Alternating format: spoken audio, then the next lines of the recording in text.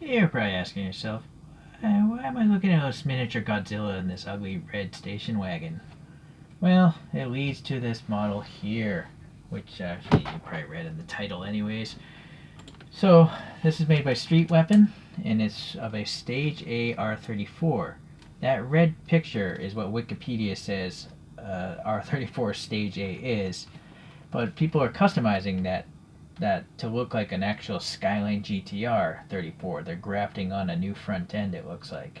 So I think this model is like a blend of various images of custom Stage A's.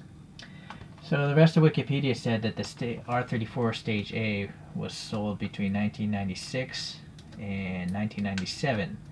There were later generations that ultimately ended in 2007. It was built to compete with the Subaru Legacy touring wagon, and then this first generation had a chassis code of WC34. So it would have been powered by a 2-liter up to a 2.6-liter inline-6 turbo.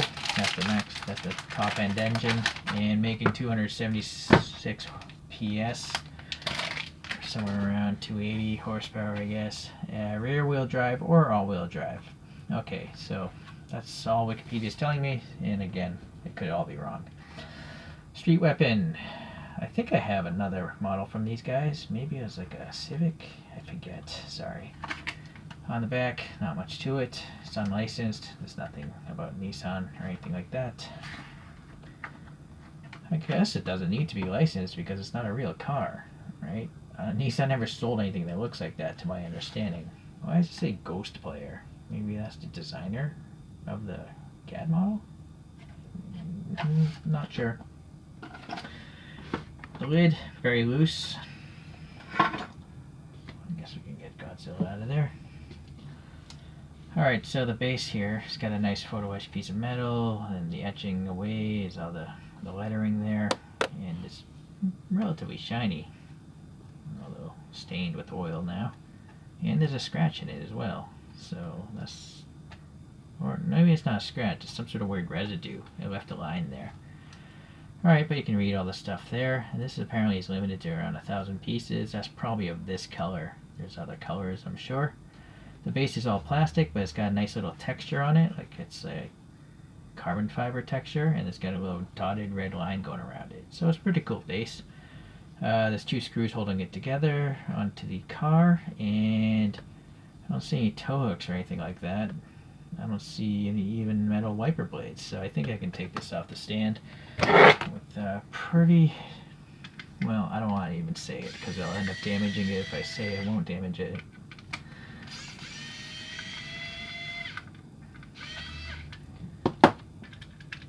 Let's get that stand away from here. I don't want the screw scratching this thing up. So I can't really compare to photos because all these photos are not the same. Because again, I think they're all custom. This one has like louvers on the back windows, and the wheels aren't standard GTR wheels. These are standard GTR wheels, but this one has a different side mirror. So I couldn't find anything like this model, 100%.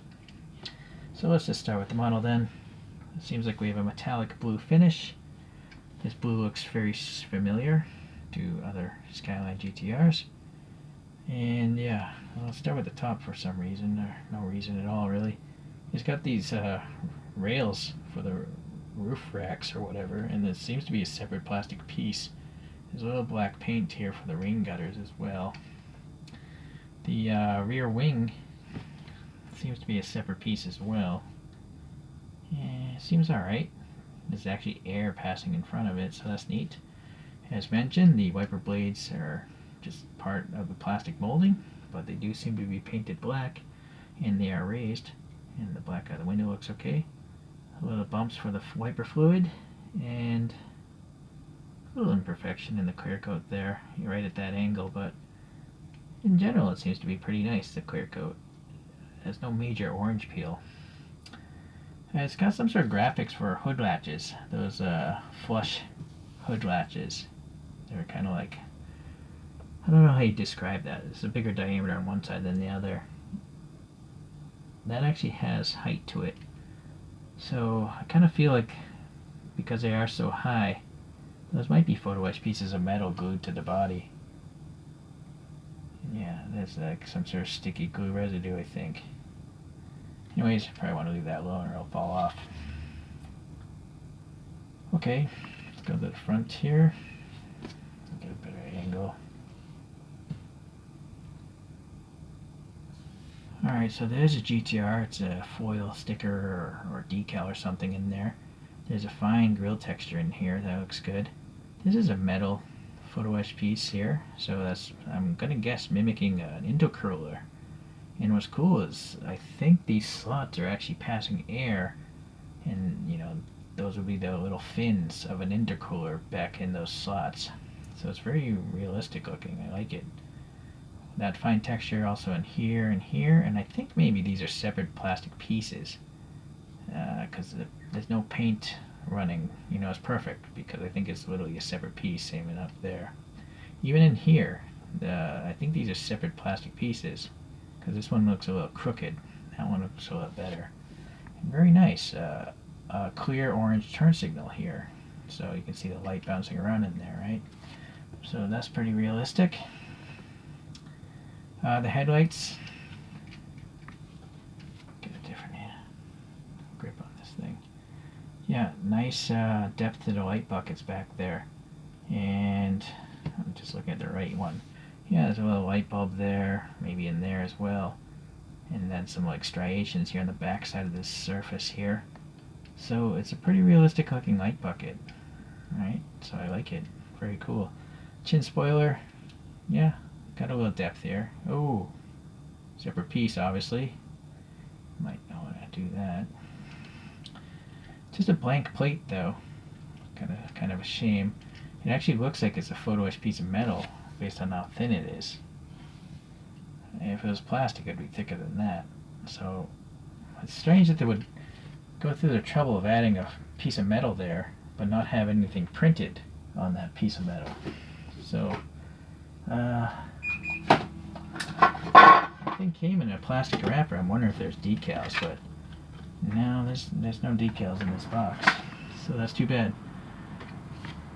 All right.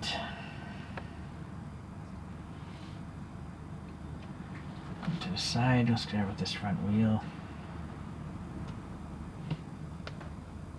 So they're bronze, and they're not. I guess they're probably going for like TE37s. They don't look exactly like, well, maybe they are. A type of, some sort of raised wheel. 5 lug nuts there, the center of the axle there. And then, yeah, the brake is a separate piece, but it's not spinning with the wheel, so that's good. The caliper is in the front position, and there's no cross drilling or anything like that. It's probably how a regular GTR's brake looks. But, you know, if this is a custom car, maybe it would have been cool if it did have some sort of slots or hole pattern or something, drillings. Alright, we got a bump here for this reflector or running light, whatever that is. Door handles have a little depth here for the fingers. Panel gaps are pretty good, nothing too wide. Yeah, I really like this metallic blue, it's pretty neat. Separate side mirrors in the same color.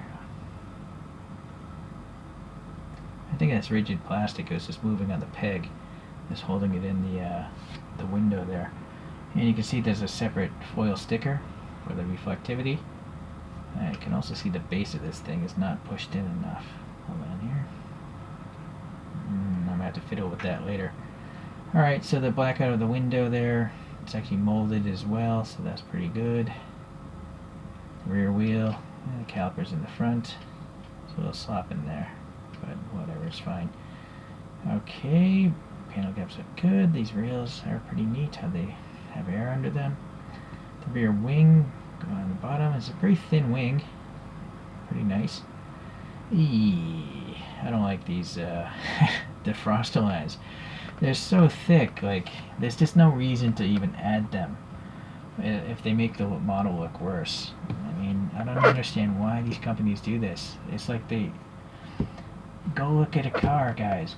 If you look at a car from anywhere more than 3 inches away, you can not even see defroster lines. So there's just no reason for it. It almost looks like there's a weird curtain or something behind this, or like an egg crate grill. It's strange. Oh, you know what it looks like? It looks like someone has a dog and they're keeping a metal cage behind this glass so the dog doesn't lick the glass and mess it all up. But unfortunately it doesn't apply to the sides. So that's the impression I'm getting now.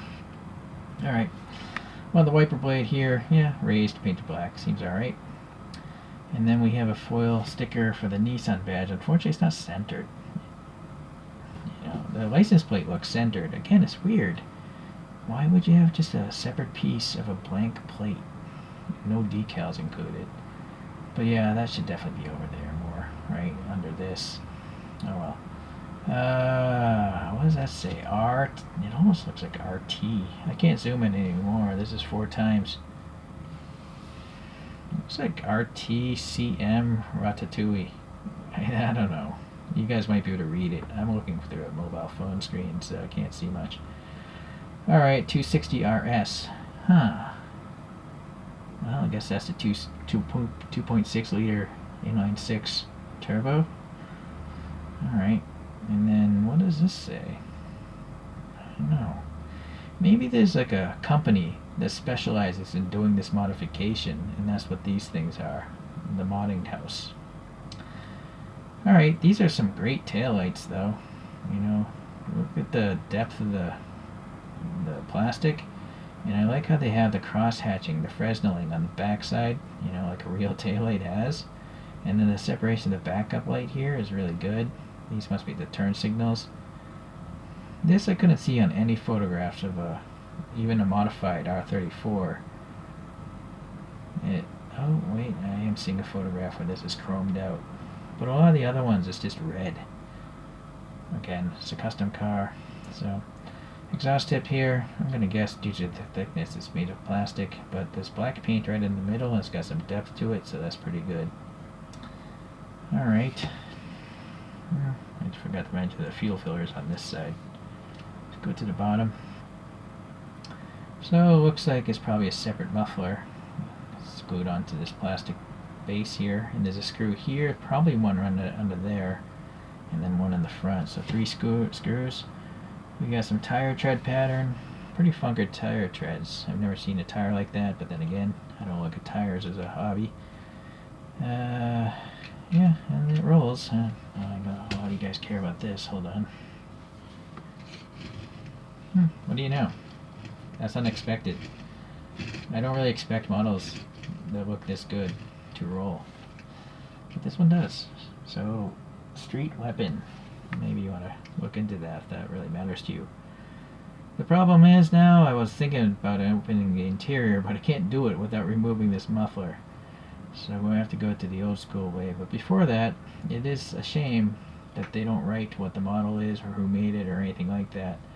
So they pretty much expect you to leave it on the base, you know. So, but bases take up space. Those crystal boxes take up space. But that's the way it is. Alright, so let me get the flashlight out. It looks like the rear windows are tinted.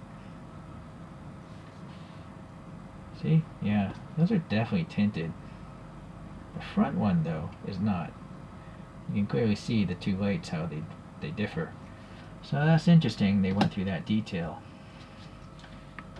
The steering wheel is on the right side.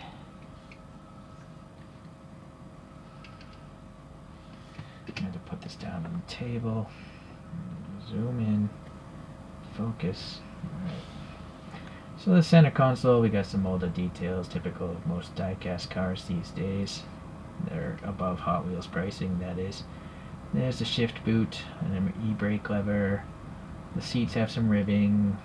Yeah, alright. Can't see much. Oh, actually you can see the seats in the back, even through the tint on one side. The trunk is probably just plain. I don't see anything in there. Alright, let's try this side.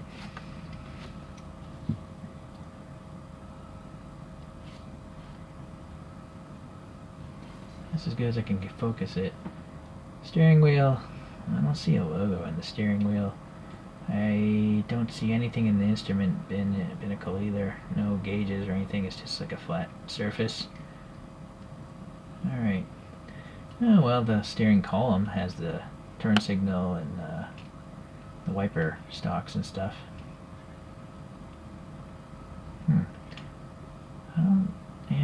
there's any additional color at all. If there is, it's that that e-brake boot looks like it's white.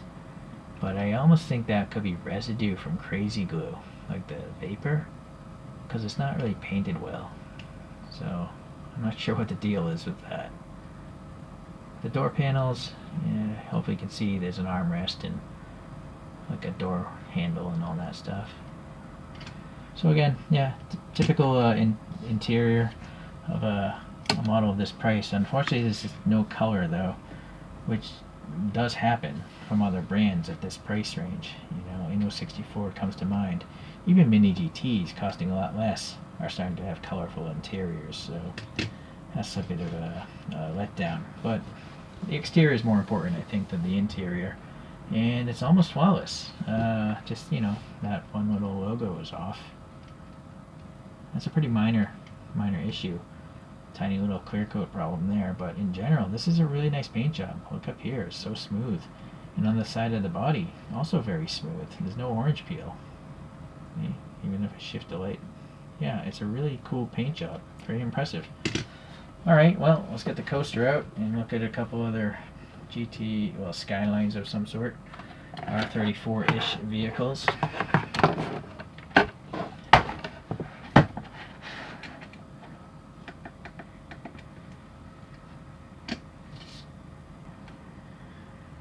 Alright, first one we'll bring out is a Kyosho. This is an R34, well, it's a Skyline 225 GT Turbo. So it's not an R34. It's just this. It's a slower version of a GTR. I guess it's an R34. It's just not a GTR. So it just has a 2.5 liter. I assume inline six, but I don't know. So it's nice that, you know, Kyosho has the clear headlights and taillights. Just a plain black interior. But this model was probably like $6 when it was new, maybe 10 at the most. Pretty nice. And the Kyosho is nice enough to tell you what the car is, which is nice for knowing what you're holding in your hand. Alright, another Kyosho is this racing version, but that's like an R34 race car. It's got a huge wide-body kit on it. And, what I like about that one is it's got the racing mirrors, really thin stocks on it, but they're not flexible, so they'll definitely break off. Alright, so I'll just do a top view of this, because the last one I have is on a plinth or a base. Definitely use this. I guess we leave that black Kyosho up. So this guy is by Stance Hunters. I reviewed this a while ago. It is a GTR R34 V-Spec 2.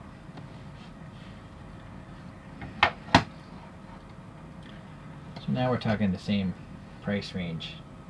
We're close to it. I can't remember, sorry.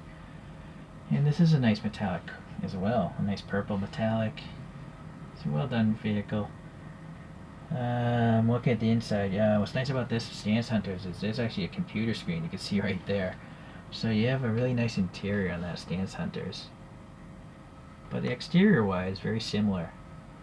Although actually the Stance Hunters here has painted on turn signals. You know, that one has actual plastic ones. And this one has the photo etched hood latches, but this has photo etched wiper blades.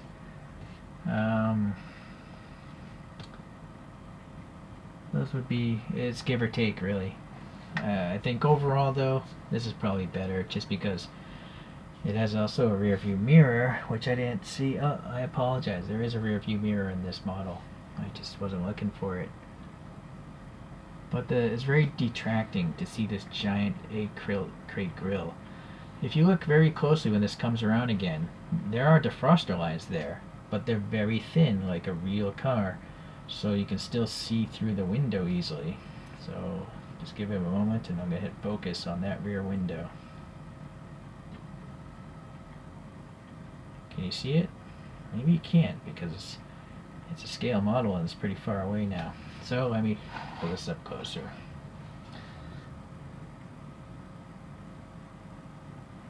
See?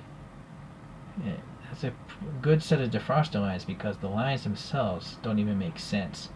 And I'm pretty sure that's the way it would be on the real car, because there's no logical reason for stance hunters to do it that way other than to mimic a real car. But correct me if I'm wrong. Whereas, you know, this one is clearly just it's an equal pattern. It's just too thick, it looks too weak. It's just not the best effort, really. Alright, well, anyways, enough ragging on this thing. Let's get it spinning on its own. So, plus is the paint job is great. The physical details are quite nice. The only flaw is that logo is a little offset, and this poor design choice of adding the defroster lines. And then I guess if you're really picky, the interior doesn't have any color in it, but I'm not too bothered by that. So all in all, it's pretty cool because it looks like an R34 GTR to me. That intercooler with the metal plate on it, that's a pretty nice touch. So I like that. But again, it is weird to have blank license plates if they're going to be separate pieces.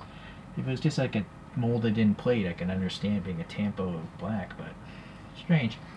Alright guys, well, hopefully you enjoyed this review, and I suppose at some time I'll pick up another Skyline of some sort. I seem to like them a lot. Thanks for watching guys. See ya.